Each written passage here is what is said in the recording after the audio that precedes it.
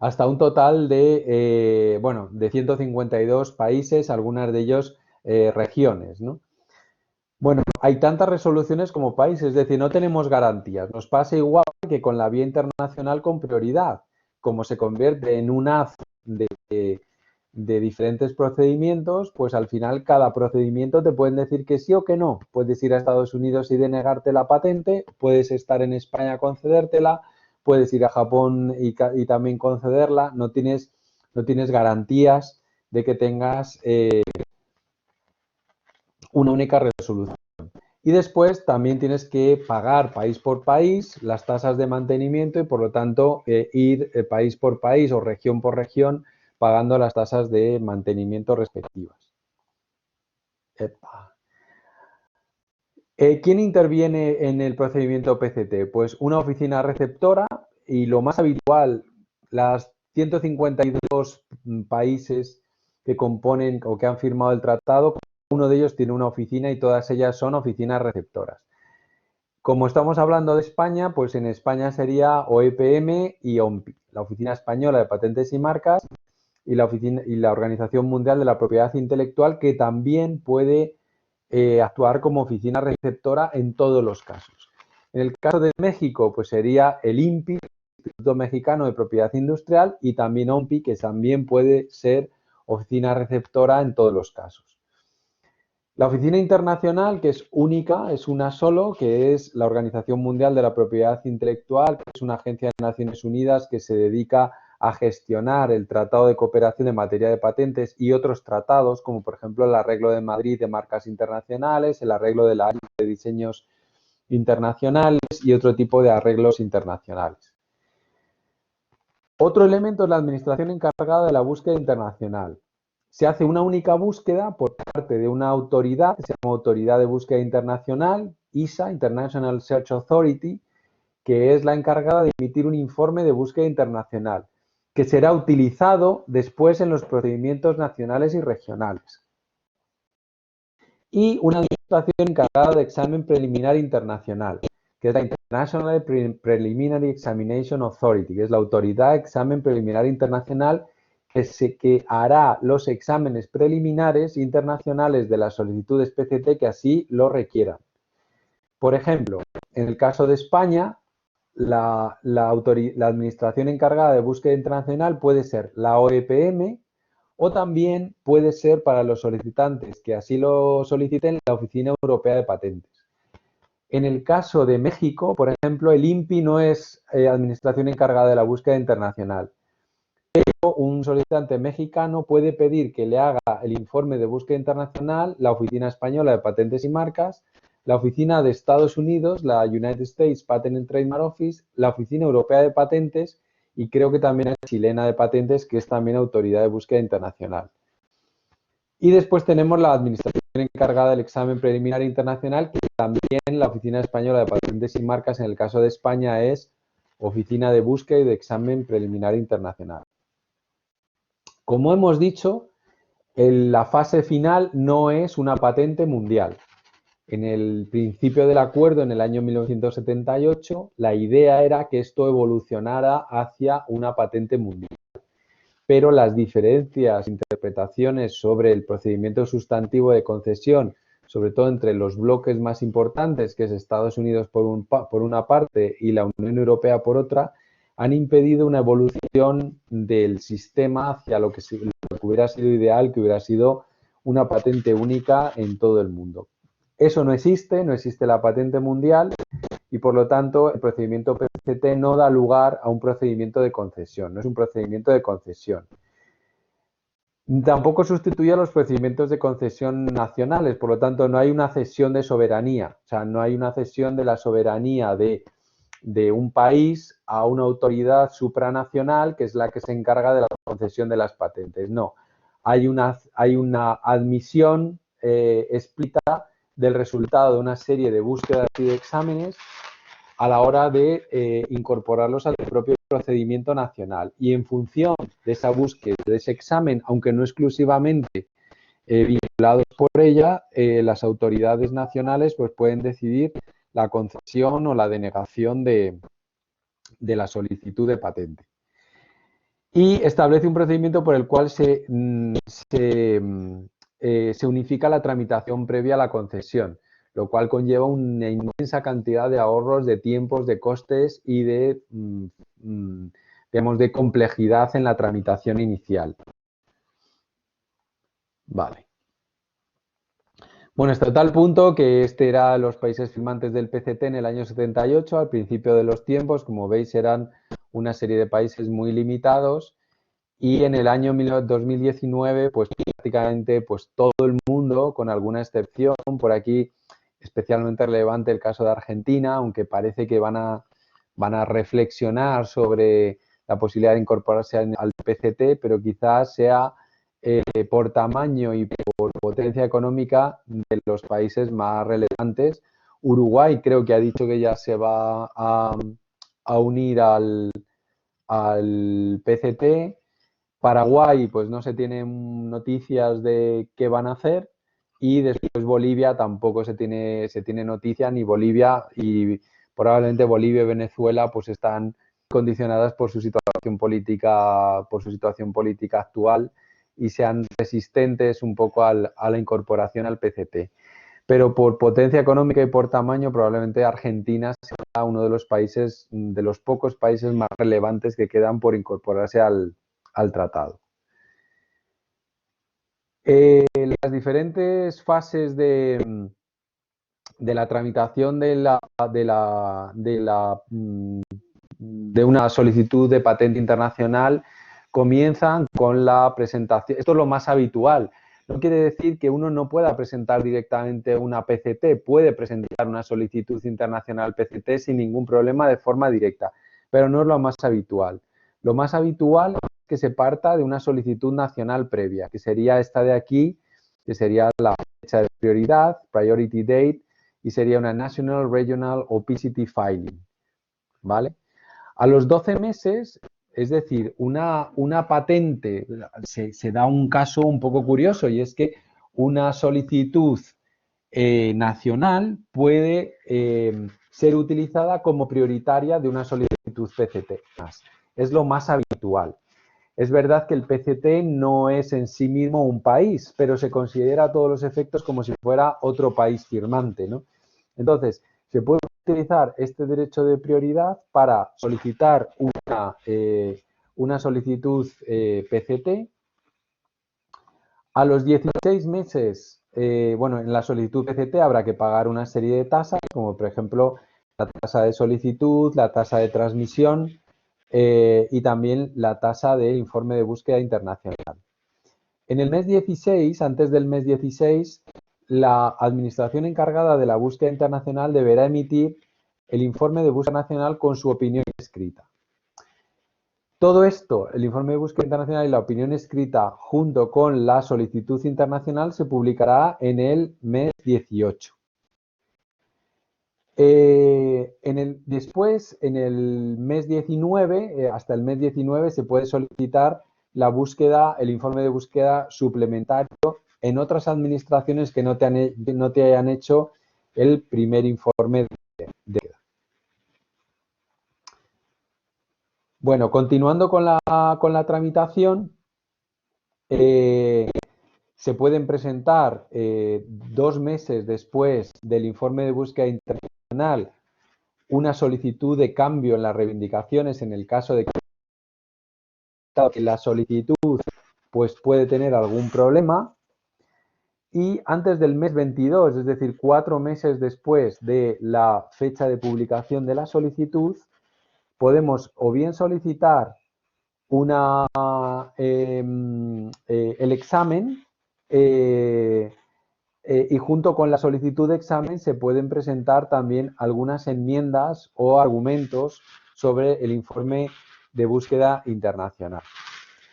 Una vez realizado la petición de examen antes del mes 22, que es absolutamente voluntaria, antes del mes 28 se establecerá el informe de examen preliminar internacional.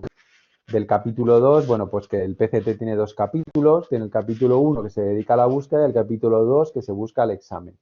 Y en el mes 30 será el momento en el cual entran en fase nacional, regional, la solicitud PCT y se convierte en una de solicitudes nacionales o de solicitudes regionales. Cada una de estas solicitudes contará con el informe de búsqueda internacional y con el informe de examen internacional si lo hubieran pedido. Hace unos años era obligatorio pedir el informe de examen preliminar internacional para entrar en fase nacional en 30 meses. Si no, se entraba en fase nacional en el mes 22.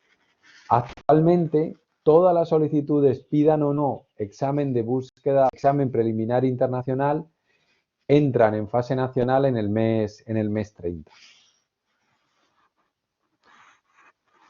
Bueno, el informe de búsqueda internacional se efectúa sobre la base de las reivindicaciones, teniendo en cuenta la descripción y los dibujos que se adjuntan en la solicitud. El solicitante puede optar por presentar o no la petición de examen preliminar internacional antes de 22 meses desde la fecha de prioridad.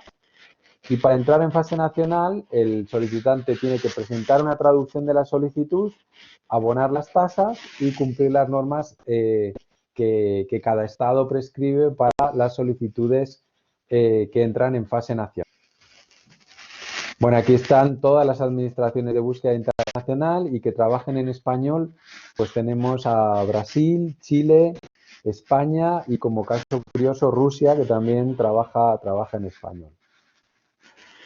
Bueno, ¿cuáles son las ventajas? Pues las ventajas que ya hemos comentado son ventajas obvias. En primer lugar, que solamente tienes que hacer una presentación ante una oficina y en un solo idioma. Español es un idioma oficial del Tratado de Cooperación en materia de patentes, con lo cual toda la tramitación se puede realizar en tu propio idioma con las ventajas que tiene. Hay unos requisitos formales uniformes y una publicación centralizada de las oficinas de patentes de los estados que han firmado o que son miembros del PCT. Después se pueden evaluar las perspectivas de patentabilidad de la invención. Esto es absolutamente fundamental. O sea, la posibilidad de que podamos valorar con determinada anticipación realmente cuáles son las perspectivas en cuanto a las posibilidades que tiene una determinada solicitud de éxito. Se convierte en 30 meses, ¿no? O sea, tienes 30 meses para lograr ver si tu solicitud pues tiene viabilidad, si puedes venderla, si hay alguna empresa interesada en desarrollarla. Es decir, hay muchísimo tiempo incluso para decidir abandonarla antes de gastarte el dineral. Bueno, esta es la evolución para que veáis pues que el PCT pues tiene un enorme éxito. Vais viendo que pues que están prácticamente todos los años desde 2002, excepto en el año 2009, debido a la crisis, sobre todo a la crisis del .com, pues han ido creciendo las solicitudes en términos porcentuales, ¿no? En el año 2017 un 4,5%, que veis que estamos hablando de casi 250.000 solicitudes al año, lo cual son números importantes. ¿Quiénes son los mayores solicitantes? Pues Estados Unidos. China ya es el segundo mayor solicitante de solicitudes T.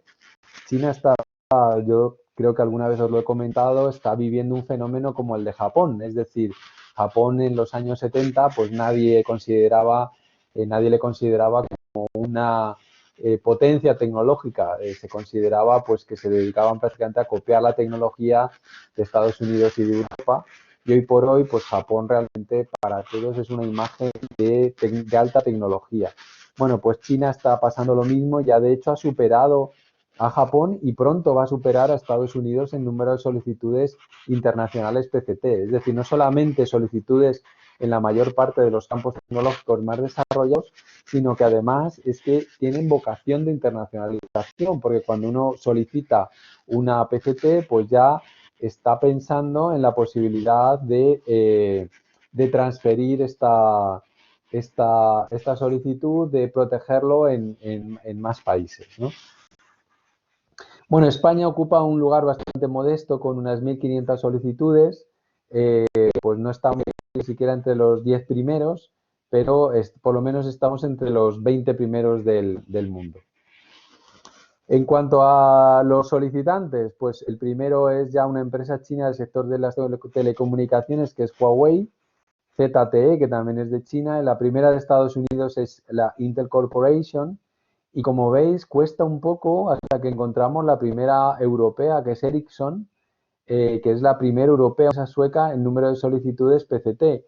La segunda es Robert Bosch, la alemana, y la tercera es Philips, ¿no? Y después también Siemens. Bueno, quitando estos 4 monstruos europeos, que son casi excepciones, pues todas las demás diría que pues son de China, Estados Unidos, Japón y Corea, y casi todas ellas son de sectores muy intensivos en tecnología, de los sectores TIC especialmente. Bueno, en el caso de las universidades, pues como veis, la universidad, en este caso son las universidades de Estados Unidos, probablemente las más destacadas y las que uno podría pensar como las más relevantes en el campo tecnológico, que son la Universidad de California de Los Ángeles, UCLA, el MIT, Massachusetts Institute of Technology, la Universidad de Harvard, la Universidad de Texas, el Johns Hopkins University, vinculado sobre todo a investigación médica, la Universidad de Florida. Y aquí encontramos las primeras universidades, en este caso de Corea, y también, como veis, cuesta bastante encontrar una universidad europea. De hecho, cuesta tanto que creo que no hay ninguna. Sí, la de Reino Unido. Yo sabía que había una, que es la Universidad de Oxford, eh, que está aquí, ¿no? Es la única representante europea, lo cual es muy significativo a efectos un poco de política económica y tecnológica y científica, ver dónde están las universidades europeas y dónde están el resto, sobre todo en términos de vinculación con solicitudes PCT. Y en términos de entidades dedicadas a la investigación, en este caso sí que tenemos el orgullo de tener aquí el Consejo Superior de Investigaciones Científicas como representante europeo. Hay muchos de Francia, el Comisariado de la Energía Atómica, el Fraunhofer, que es el instituto, digamos, más potente de Alemania y realmente el instituto de referencia. Ya tenemos un instituto chino, el Instituto de Tecnologías de las Telecomunicaciones. Yo creo que en telecomunicaciones China ya se va a convertir prácticamente en el estándar con permiso de Apple. El Instituto Nacional de Salud y de Investigación Médica de Francia, el Centro Nacional de Investigación Científica, el CENSER, que es el equivalente al CSIC en España, en Francia. Curiosamente, un instituto de Singapur, un instituto de Japón. Lo que sí que me gustaría es que vierais que hay una relación absoluta, total, entre el mundo de las patentes y el mundo de la innovación. Es decir, el mundo de la innovación de última generación, es decir, de la innovación de frontera. Oiréis mucho dentro de la incultura en este tema que hay en España, muchas expresiones de las patentes no sirven para nada, no se patenta porque realmente no se ve el negocio y demás. Bueno, hay que reflexionar qué hacen los demás. Es decir, no considero que ninguna de estas universidades americanas que hemos visto, ni ninguno de estos centros de investigación, ni mucho menos las compañías que hemos visto que son todas líderes en el mercado y reconocidas por nosotros como líderes en el mercado, estén regidas por gente que no sabe lo que hace. Entonces, es evidente que existe un déficit claro de conocimiento cultural del sistema de patentes en España que no sé si tiene arreglo, pero si tiene arreglo, alguien debería de tomar medidas lo antes posible. Y hay que empezar fundamentalmente con un incremento de conocimiento, pues lo que estamos haciendo desde esta clase y lo que tendríamos que hacer en todas las asignaturas, al menos que no exista ningún tipo de ingeniero, especialmente desde el punto de vista, desde las especialidades más tecnológicas, que desconozcan lo que es una patente. De nuevo, otra vez, ¿cómo se publican las PCTs? Pues esta es una PCT que se publica con las mismas partes que tienen una patente española, una patente europea. Y como veis, incluso por aquí aparecen en pequeñito nuestra clasificación internacional de patentes, nuestro resumen, en qué estados está designados, Esta es además una PCT de un solicitante español. Y también se publica el informe de búsqueda internacional. En este caso es un informe bueno con todo AES, por lo tanto no tiene ninguna reivindicación afectada por falta de novedad, por falta de actividad inventiva. Y si viéramos la descripción, pues exactamente igual. Esta es otra PCT, en este caso sobre un sistema de embalaje apilable, que aunque parezca que no, os parecería increíble, pero los sistemas de embalaje apilables tienen una enorme importancia dentro del aspecto logístico y durante mucho tiempo, pues la verdad es que nos llegaban muchas patentes de sistemas de embalaje pues que contienen cajas y después simplemente se pueden pegar y se pueden apilar, ¿no?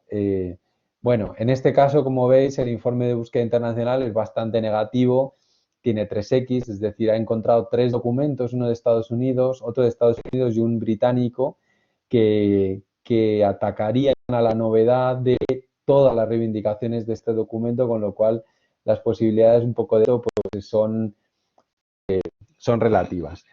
Vamos ya al último procedimiento que nos va a permitir, este sí, llegar a una concesión de una patente en España y por lo tanto perfectamente válido. Este sí que es un sistema de concesión donde a través del Tratado de Cooperación, a través del Convenio de Múnich o el Convenio de la Unión Europea, hemos cedido nuestra soberanía a la hora de conceder patentes a una institución suprarregional que es la oficina o la Organización Europea de Patentes, que tiene como órgano ejecutivo a la Oficina Europea de Patentes, y en este caso, pues sí que va a dar lugar, por lo tanto, a una patente concedida. Bueno, es un procedimiento único de concesión de una patente europea por la Oficina Europea de Patentes, sustituye a los procedimientos de concesión nacionales, en este caso lo sustituye de todos los estados firmantes, que en este caso son 42 países. Aquí sí que hay una patente concedida final y produce los mismos efectos que una patente nacional en los estados designados, exactamente igual. Estos son los países que son firmantes del convenio de la patente europea, son todos los de la Unión Europea, más alguno más. Bueno, Reino Unido, pues, digamos, sigue siendo firmante del convenio de la patente europea, aunque ya no es parte de la Unión Europea, pero todos los países de la Unión Europea, más algún país ya limítrofe con Rusia, digamos, esta sería la zona de la patente euroasiática y este sería la zona de la patente europea, ¿no? Incluyendo algún país fuera de la Unión Europea como Turquía. Bueno, los sistemas el procedimiento de concesión ante la EPO tiene estas diferentes fases. En primer lugar, una solicitud exactamente igual que se podría aplicar en el caso de las solicitudes de patentes nacionales. Un informe de búsqueda que se realiza muy pronto, se realiza antes de los 6 meses. A los 18 meses se publica la solicitud, digamos, el solicitante además puede retirar la solicitud en cualquier momento a la vista del informe de búsqueda. A los 18 meses se publica la solicitud, con lo cual la invención ya es visible al público. Se realiza un procedimiento de examen muy similar y por eso no voy a entrar en profundidad en él, analizando los mismos requisitos que en la legislación nacional en España. Y aproximadamente a los 4 o 5 años pues se produce la resolución final de concesión con una validación en algunas oficinas nacionales que así lo requieren. Por ejemplo, en la oficina española, y ahora explicaré un poco en qué consiste la validación. El periodo de oposición también es posconcesión, como en el caso de la legislación española, pero es un poquito más largo. Se ha alargado a 9 meses en lugar de 6 meses, que es lo que correspondería a la legislación nacional española. De nuevo, el ejemplo de la patente europea y como veis, con elementos muy comunes, muy parecidos a los que serían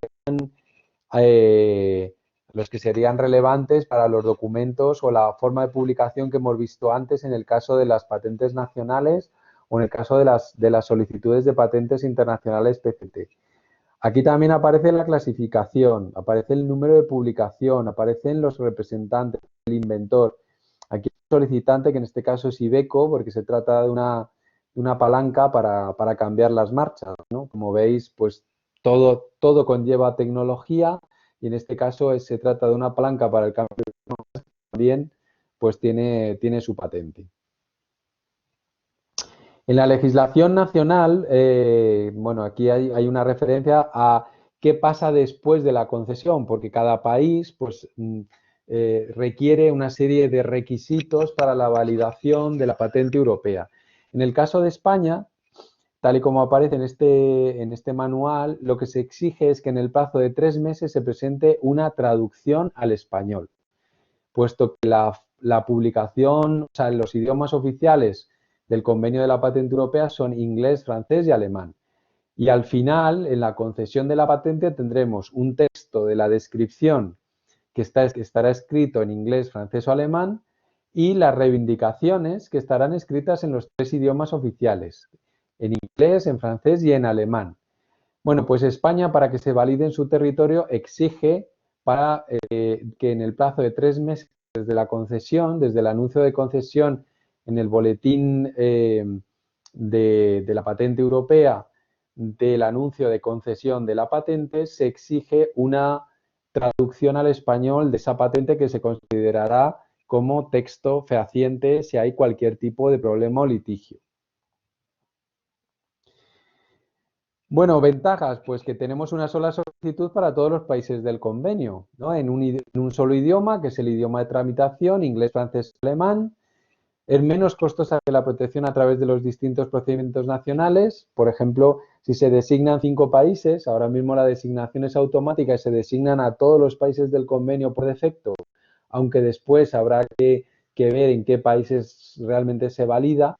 Pues si se validan en al menos 5 países, pues entonces conviene una patente europea en lugar de ir país por país. El coste de ir país por país sería superior al coste de la patente europea. Lo malo, la parte negativa, es que si se deniega afecta a todos los países. O sea, una denegación en los trámites, en la tramitación, pues supone que se deniega en todos los países también al mismo tiempo. Bueno, y esto un ejemplo para que os hagáis una idea de lo que sería una tramitación.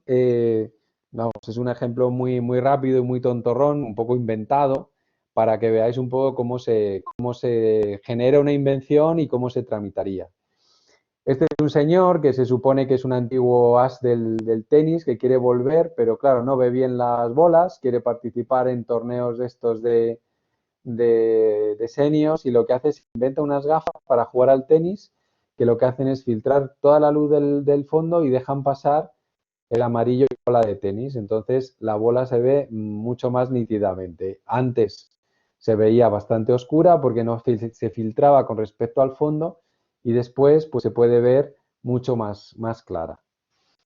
Bueno, el sistema funciona y antes se veía así y después se veía de la otra forma. Este sería el procedimiento de concesión que tiene que pasar para patentar unas gafas que permiten ver bolas de tenis con mayor claridad. En primer lugar, la solicitud.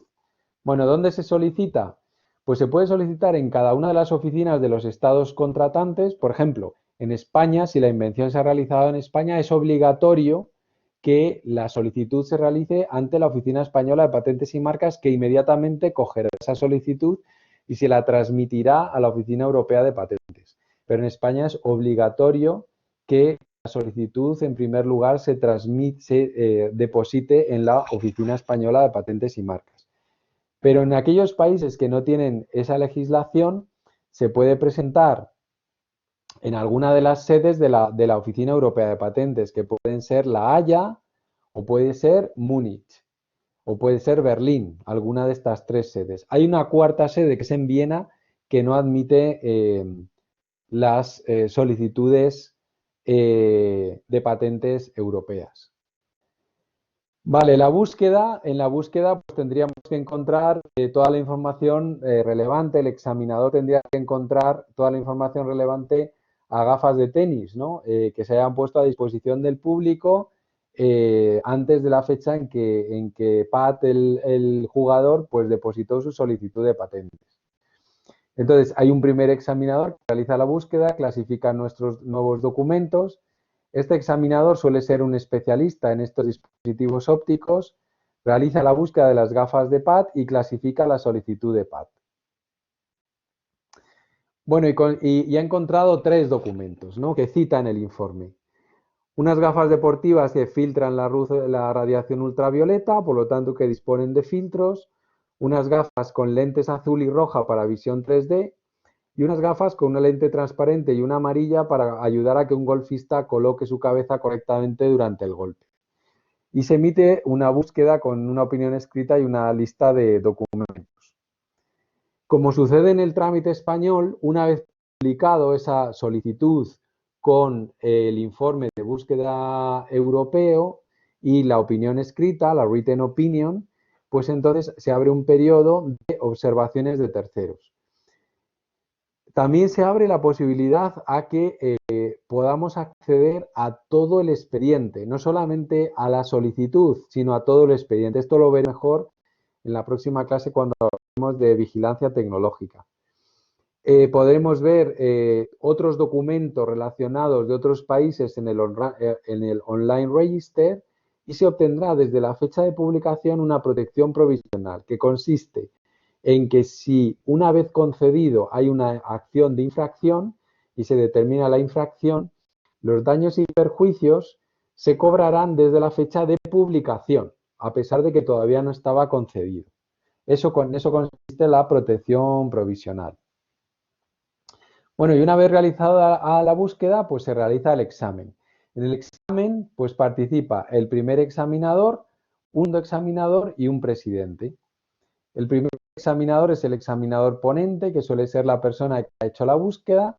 Un segundo examinador que examina la búsqueda junto al primer examinador y un presidente. El presidente solamente vota en caso de que estos dos estén en desacuerdo. O sea, si el primer examinador y el segundo examinador están en desacuerdo, entonces el presidente tiene el voto de calidad. Bueno, ¿y sobre qué se busca y qué se examina? Pues sobre las reivindicaciones que definen el alcance o extensión de la protección y son la parte más importante de la solicitud a efectos del examen. Los requisitos que ya hemos visto que hay que examinar: novedad, actividad inventiva y aplicabilidad industrial. Y Rafael lo que piensa es que la invención de Pat es nueva, pero no está muy convencido que tenga actividad inventiva. Y así se lo hace saber en el informe que se convierte en la primera opinión de cara al examen. Entonces se lo comunica. Aquí se abre un periodo de comunicación que puede ser más o menos largo entre el solicitante y el examinador.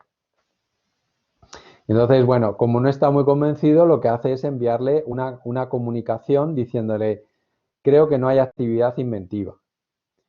Y el solicitante, pues lo que hace, y normalmente no tiene o protesta y presenta unas alegaciones que no le van a servir para mucho, o bien modifica las reivindicaciones en base a lo que le ha dicho el examinador.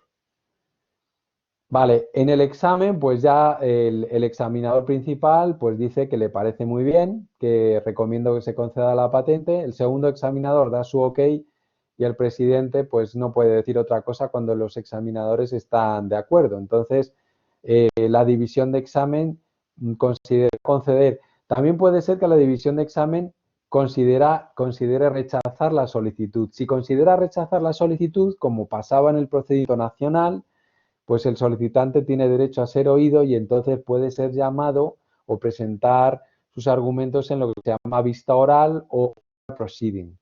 Los oral proceeding de la Oficina Europea de Patentes son públicos, cualquiera puede asistir y son en ocasiones bastante largos, o sea, son discusiones que pueden llegar a durar horas, ¿no?, de debate. Son un procedimiento cuasi judicial donde hay una presidencia, donde se abren actas, se graban las sesiones y donde hay muchísimos formalismos. Entonces, si al menos dos de los miembros de la división aún no están convencidos, la solicitud directamente se rechaza. Bueno, en este caso se ha concedido, entonces Pat es feliz, es el orgulloso propietario de una patente, pero se abre el periodo de oposiciones. Entonces, aquí hay 9 meses desde la fecha de concesión para plantear cualquier tipo de oposición que puede ser planteada por cualquiera. El problema es que Pat dio una conferencia en China sobre sus gafas la semana anterior a presentar su solicitud, explicó cómo funcionan y explicó cómo se fabrican. Se vino arriba y explicó todo, ¿no?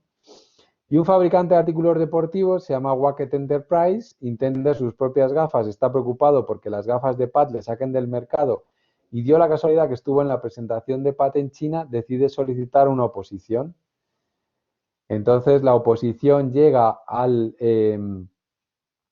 mismo examinador que ha hecho la búsqueda y el examen. Hay un segundo miembro del comité de oposiciones, un tercer miembro del comité de oposiciones y en casos muy especiales, cuando la oposición es muy compleja, se puede llamar a un miembro real.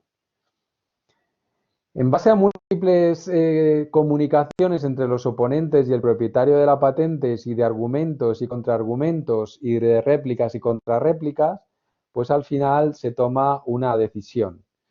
Lo más normal, y estos son las pautas generales que pasan en la Oficina Europea de Patentes, es que en el 31% de los casos, más o menos en un tercio de los casos, la patente se revoca enteramente, ¿no? En otro tercio, más o menos, se mantiene la patente modificada y en otro tercio se mantiene la patente sin modificar, es decir, tal y como fue concedida. Por lo tanto, incluso después de un procedimiento tan largo de 4 o 5 años con un procedimiento de búsqueda y de examen, incluso después, en las oposiciones, hay muchas ocasiones en las cuales la patente puede rechazarse. Bueno, aquí en el día B, pues se junta la división de oposición y aquí se comunica que a Pat, que le cambió el nombre a Goran, no sé muy bien por qué, pues que dice que no es mi día porque me tienen que revocar la patente y de tal forma que las Wacket Enterprise pues se quedan con el mercado en exclusiva al haber revocado la patente anterior. Bueno, ya queda poquito. ¿Qué puede suceder tras la concesión de una patente tanto nacional como europea? Bueno, pues una limitación o una renuncia, que ya vimos en el caso de las solicitudes de las patentes nacionales, cómo se producían, y es igual en el caso de las patentes europeas.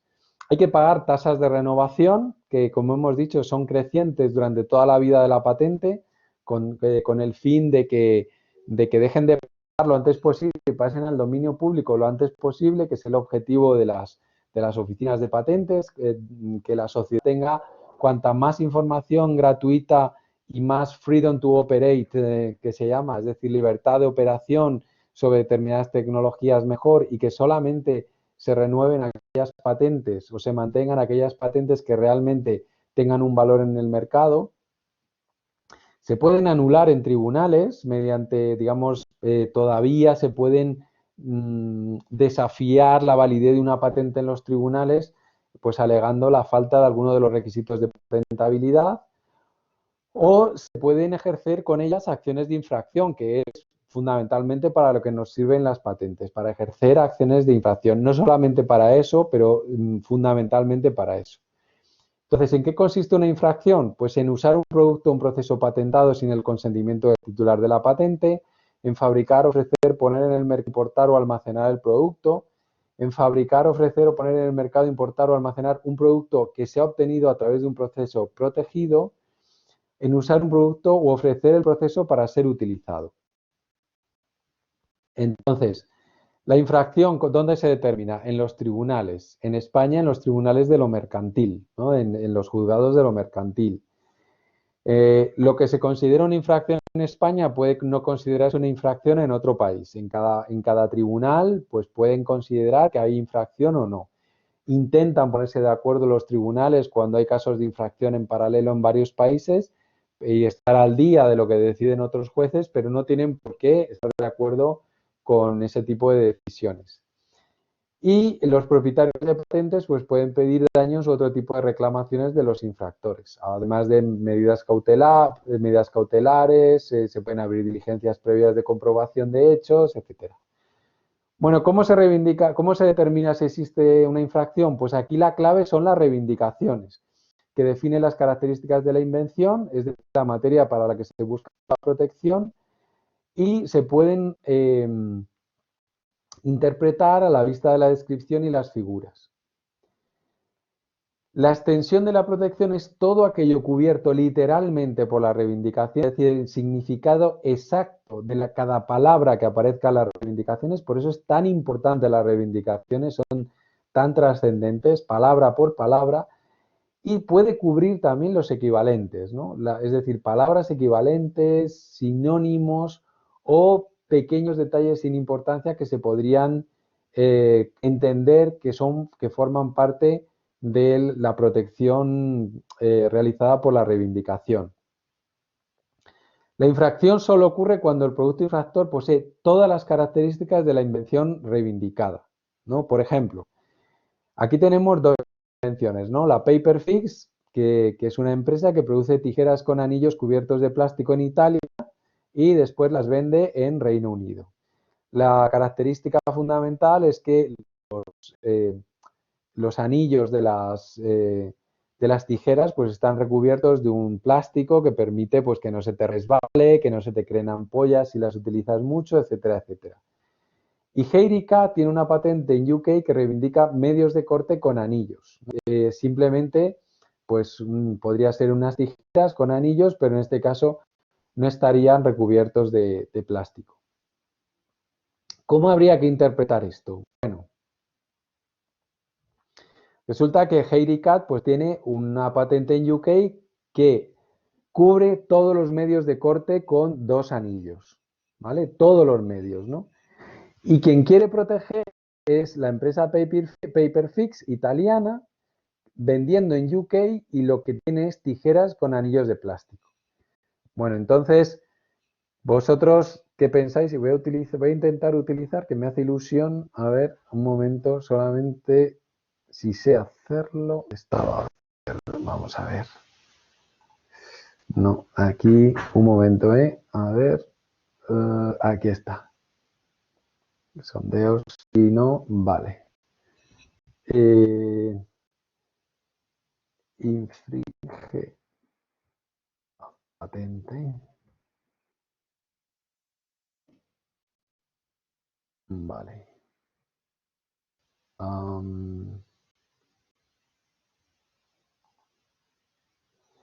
Vale, pues ahora podéis contestar qué os parece. Es decir, si las tijeras que tienen dos ojos y están recubiertas de anillos de plástico estarían vinculados, o sea, estarían infringiendo en UK una patente que tuviera simplemente los ojos, aunque no tuviera los anillos de plástico.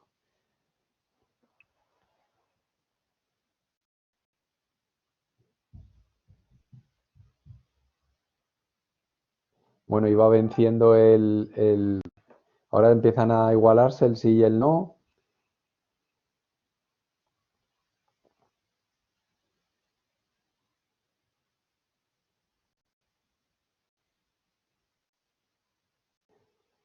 Bueno, quedan 9 por contestar.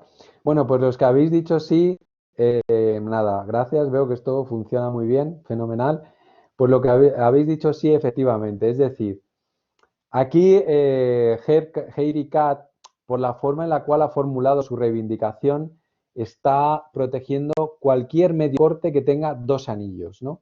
Cualquiera, independientemente de que tenga plástico. Es verdad que esto es una mejora, pero está utilizando una patente que está protegida y por lo tanto efectivamente estaría infringiendo la patente de UK Paperfix si intentara introducirse en el mercado de UK. Es verdad que podría negociar con Heidi Cat porque esto no deja de ser una ventaja. Es verdad que Heidi Cat no podría incorporar si logran patentar esta mejora, que en principio podrían defender que existe y de actividad inventiva respecto al estado de la técnica anterior. Y Paperfix podría patentar esta mejora. Lo que pasa es que no podría ponerla en el mercado porque estaría infringiendo esta de aquí. Lo más habitual en estos casos es que haya licencias cruzadas de uno y de otro. Si patentase Paperfix en UK esta mejora, lo que no podría HeidiCat es copiarle tampoco. O sea, ellos no podrían comercializar y HeidiCat no podría utilizar o poner plástico en los ojos de sus tijeras. No sé si me habéis seguido, pero esa es un poco la idea. Entonces, en la producción y la venta son actos de infracción y en UK, por supuesto, sí que habría una infracción. Las tijeras están dentro de la protección de la tijera, de la patente, y en Italia no. HeidiCat no tiene patente en Italia, Paperfix y otros pueden producir libremente tijeras con aislamiento. Y unas tijeras de jardín importadas en UK por Sherman, pues aquí evidentemente aquí ni siquiera hay ojos, o sea, no. Estos serían medios de corte también, porque aquí no define para qué son, si son para papel, son para pelo o son para cortarse. Estos son medios de corte, pero a diferencia de las tijeras, en este caso no tendrá unos ojos. Por lo tanto, en este caso no estaría dentro del ámbito de protección de esta patente. Aunque os parezca ahora mismo increíble, la realidad es que cuando uno lee la historia de la telefonía o la historia de las comunicaciones o la historia de la química, Vale, un momentín, ahora te explico, Irene, gracias. Aunque uno pueda pensar en, bueno, toda esta historia está relacionada con fórmulas para circunnavegar patentes existentes en el mercado. Y así ha evolucionado muchísimo la tecnología, siempre en base a patentes existentes y cómo se podría evitar infringir una patente que ya existiera. Un momentín que, a ver, no entiendo por qué querríamos aceptar no comercializar si fuéramos Paperfix. Vale. Un momento, que vuelvo atrás. Vale. A ver. HeidiCat tiene una patente en UK, donde habla de medios de corte con 2 anillos, ¿vale? Paperfix intenta vender en UK y no podría porque los medios de corte con 2 anillos tienen la comercialización exclusiva HeidiCat, ¿vale? Lo que sí que podría hacer Paperfix es patentar sistemas de corte con anillos recubiertos de un material plástico que evita o que mejora la ergonomía, las cualidades técnicas de la invención, ¿no? ¿Qué es lo que pasa? Que si intenta vender no podría. Si HeidiCat, puesto que esto lógicamente es una invención patentable, es decir, probablemente esta patente previa no atacaría la novedad y a la actividad inventiva de esta solicitud de patente. Por lo tanto, sí que podría patentar este tipo de tijeras. Lo que no podría es comercializarlas, pero HeidiCat tampoco podría fabricar las patentadas por Paperfix. No sé si me explico bien. Sí, pero entonces no puedes ganar dinero por comercializar tu producto. En plan, lo has patentado, pero no te sirve para poder venderlo, ¿no? Exactamente, no te sirve, pero detrás de las patentes siempre hay estrategias. Entonces, ¿qué harías si fueras Paperfix? Paperfix protegería su patente e inmediatamente hablaría con HeidiCat y haría lo que llaman licencias cruzadas. Las licencias cruzadas consisten en Paperfix pediría una licencia sobre la patente de HeidiCat, le incorporaría a los ojos este plástico y por cada unidad vendida de estas tijeras pagaría algo a HeidiCat en forma de royalty o lo que sea para de alguna forma poder utilizar su patente. O podría también decir, HeidiCat podría decir a Paperfix, vale, no te dejo que comercialices, pero por favor licénciame tu patente para poder yo fabricar tijeras con piezas de goma en los ojos, ¿no? Entonces, lo que te serviría la patente de Paperfish es como opción de negociación con HeidiCat. Y en todo caso, le estarías haciendo un poco la puñeta porque él tampoco podría fabricar este tipo de tijeras. De alguna forma, el mercado británico estaría desabastecido de este tipo de tijeras porque no podría nadie, o sea, no podría el que tiene la exclusiva fabricar este tipo de tijeras en Reino Unido, ni tampoco podrían importarlas, ni nada, ¿no? Entonces, bueno, en este juego de estrategias es muy habitual y lo utilizan las grandes compañías esencialmente como sistemas de crear tácticas en torno a solicitudes de patentes. Bueno, ya la última ya os dejo en paz. Bueno, errores de los inventores que realizan en todo este proceso de patentamiento. Primero, comercializar el producto antes de patentarlo, con lo cual están liquidando la novedad del invento y por lo tanto quedándose sin patente. A partir de ese momento, cualquiera puede fabricar su producto y entrar en el mercado sin ningún problema. Publicar los trabajos de investigación antes de patentarlos, ¿no? Un error muy habitual. En algún estudio que se ha realizado, hasta el 50% de las patentes de organismos públicos están seriamente amenazadas por citaciones de artículos que han realizado los mismos investigadores que han solicitado la patente. Después, no patentar la invención y mantenerla en secreto. Bueno, con lo fácil que es hoy en día hacer reverse engineering y todo esto, la verdad es que mantener en secreto o intentar mantener en secreto algo es prácticamente imposible y por lo tanto lo mejor es patentarla desde el principio.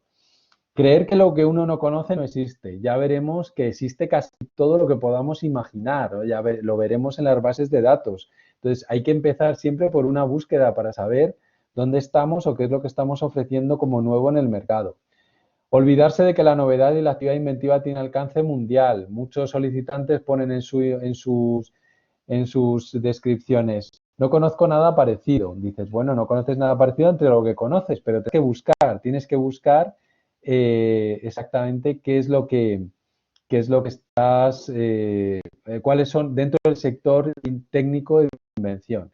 Y por último, pues no respetar los plazos de prioridad. Si no respetas los plazos de prioridad, es posible que te publiquen una solicitud previamente a otra que hayas solicitado posteriormente y por lo tanto te quedes sin la novedad de tu invención ulterior.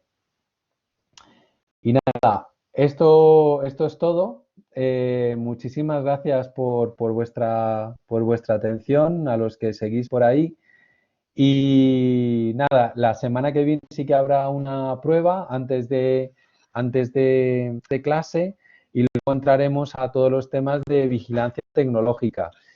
He hecho una prueba con Irene, muchas gracias Irene, antes de la clase para compartir pantalla. En principio no parece que sea problemático, con lo cual de cara a las presentaciones en grupo, lo que sí que se necesitará es que todos vosotros tengáis en vuestro ordenador las